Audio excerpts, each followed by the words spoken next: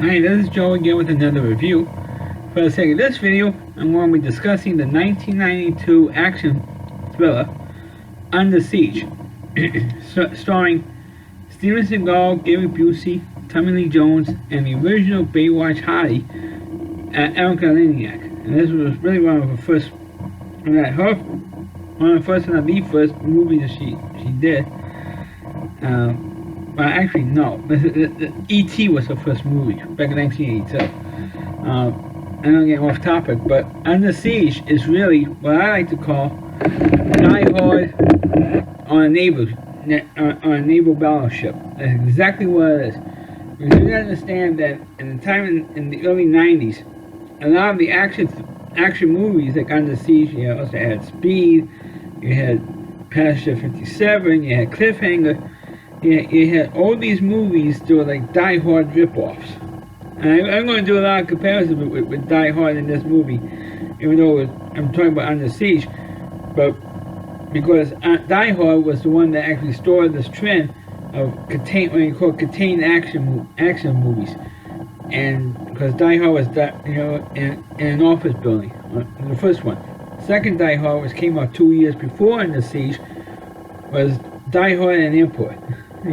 Basically.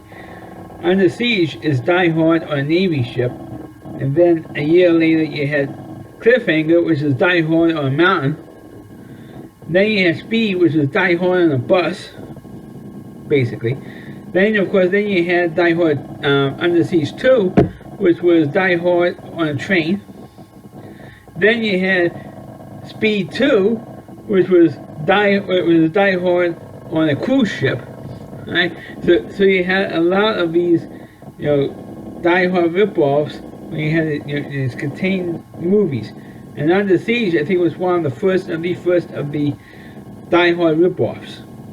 And it was fairly successful because Steven Seagal was a hot action movie star at the time. And not only that, but he was married to the hottest woman on the planet, Kelly LeBrock. Of course, doesn't look like the way she did in. It was 40 years ago where she did The Woman in Red, and of course, Weird Science. Anyway, Under Siege, the premise of Under Siege is that the USS Missouri, which is an actual battleship, and of course you can't really see it too well, but I'm wearing my Pearl Harbor shirt, because the day I'm doing this review is on Pearl Harbor Day 2023. So you can see in my shirt, this is the USS Missouri right here. And of course, there's the Arizona Memorial here. So it goes from beginning to the end. Until the U.S. involvement in World War II was started in the Battle of Pearl Harbor, when the Japanese attacked Pearl Harbor, and in the end, when the Japanese surrendered on the deck of the USS Missouri.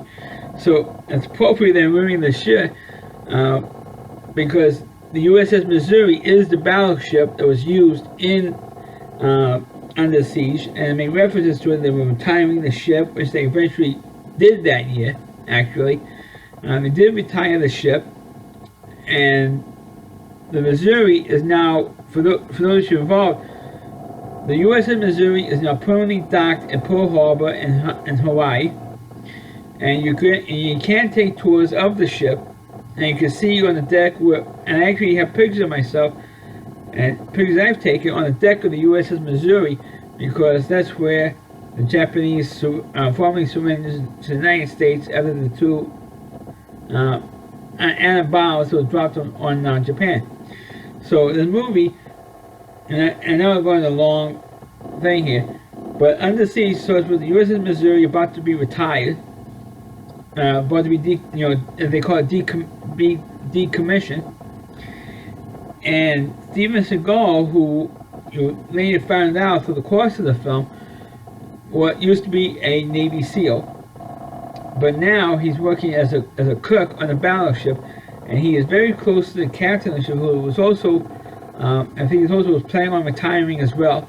And his birthday party was coming up, so they're throwing a birthday party.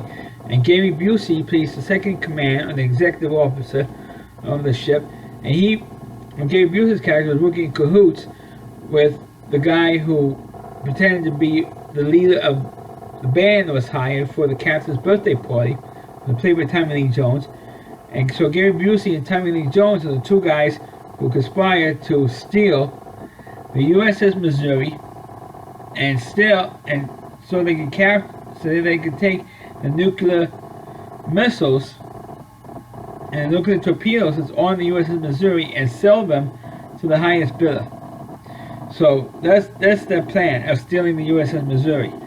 Meanwhile, they did kill the captain. Spoiler: they did kill the captain of the ship, and they killed a few members of the crew. But most of the crew was a skeleton crew, I might add. They kept them locked up and sealed off in a particular part of the ship, so that they won't cause any trouble. Meanwhile, they kind of forgot, and Gary Busey did, kind of forgot that Steven Seagal was on the ship, and he was on the, locked up in the galley, because he got into a fight. Gary Busey got into a fight with Steven Seagal, and Steven Seagal punched him, and so Gary Busey had him locked up in the hold in the galley. And meanwhile, when Erika Eleniak comes in, she was supposed to be the entertainment for the captain at his birthday party, and she she's supposed to be a Playboy model who was like Miss July 1989, and supposed to be in that, which is kind of ironic because Erika Eleniak is an actress, and she did pose in Playboy, like a lot of Baywatch actresses have done. Most famously, of course, was Pam Anderson, and Donica D'Erico was another one. Yasmin Bleeth was another one who posed in Playboy, and Tracy Bingham, who was the first black actress on the show. They all posed in Playboy at one time or another, throughout the 90s. But Erika Eleniak was the first blonde bombshell who appeared on Baywatch. And actually, everybody remembers Pam Anderson on that show, but Erika Eleniak was the first bombshell on that show. And unfortunately, she left to do movies, other projects.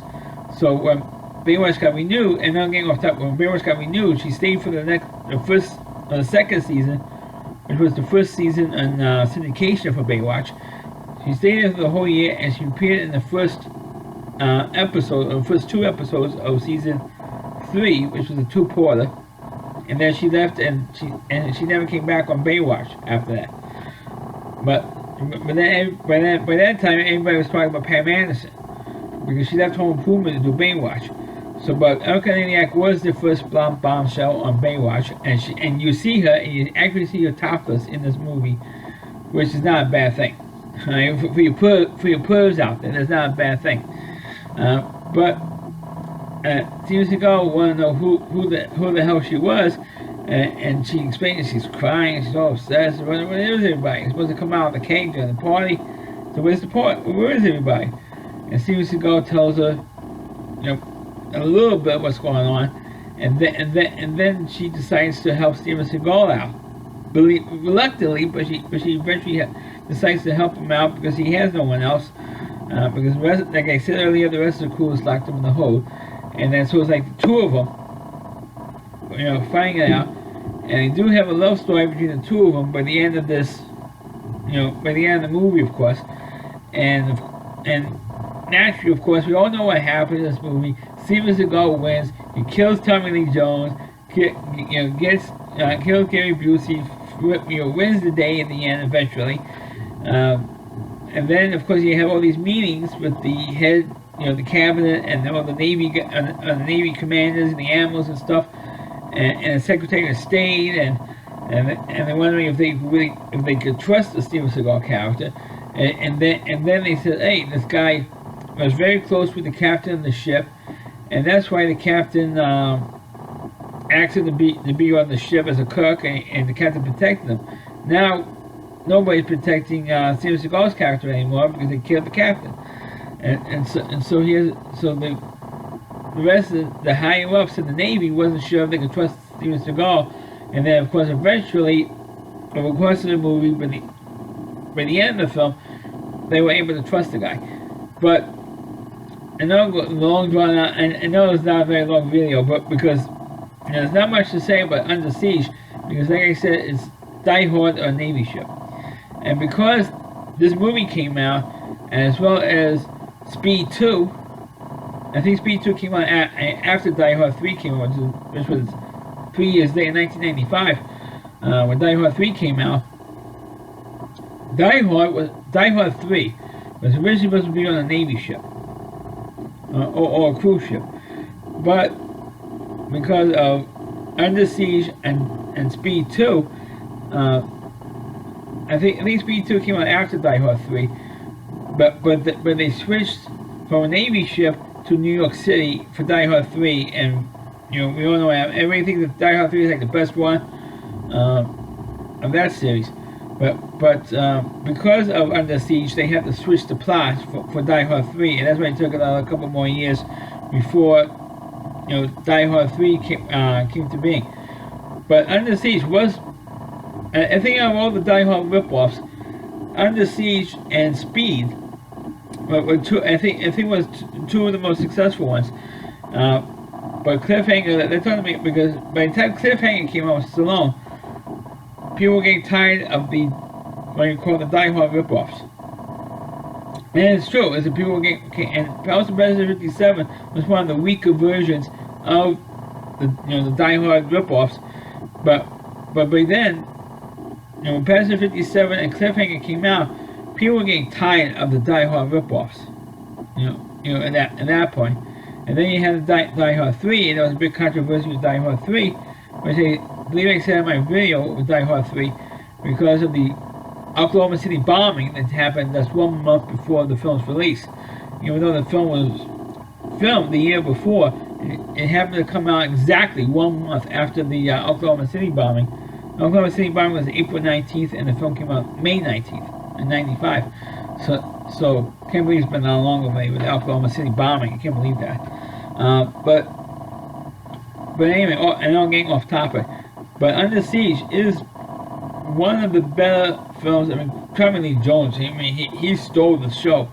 And I mean, this was before he was in The Fugitive, which of course he won I believe he won the Oscar for being in The Fugitive. And for him to play the villain, like an over-the-top villain, which he would do again, Tommy Lee Jones is, playing an over-the-top villain when he was in the third Batman movie, playing Two-Face, playing an over-the-top villain. And he did play an over-the-top villain without the Two-Face makeup. I mean, he stole every scene he was in this movie, and I think that because of this performance in the movie, that's how it got the performance in The Fugitive, for being in this movie. And I thought he did great. And I thought Erika Eleniak, I was very, very surprised at how good that she was.